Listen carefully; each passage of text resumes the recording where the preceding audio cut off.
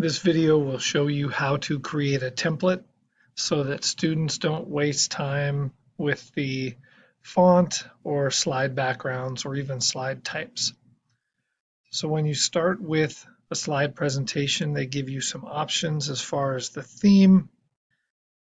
What you should do, what can save your students time, is if you pick a theme for them.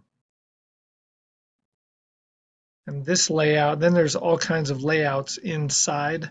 So you might want to think about the types of slides you want them to have. They should have a title slide, and that's what this one is. So if you want to add a new slide,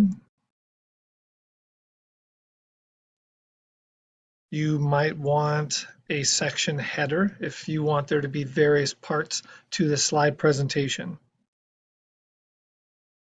So then you've got a section header, and then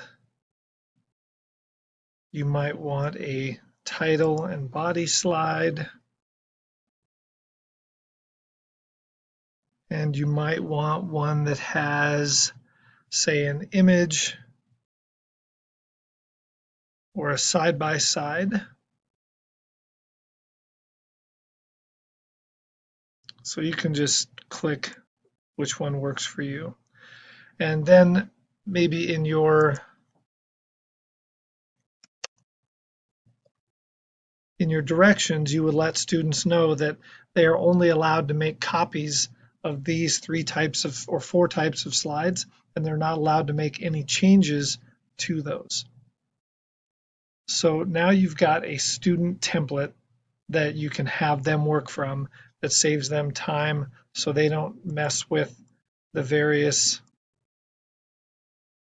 types of slides. To assign this to students, once you're in the class you want to assign it to, you create an assignment.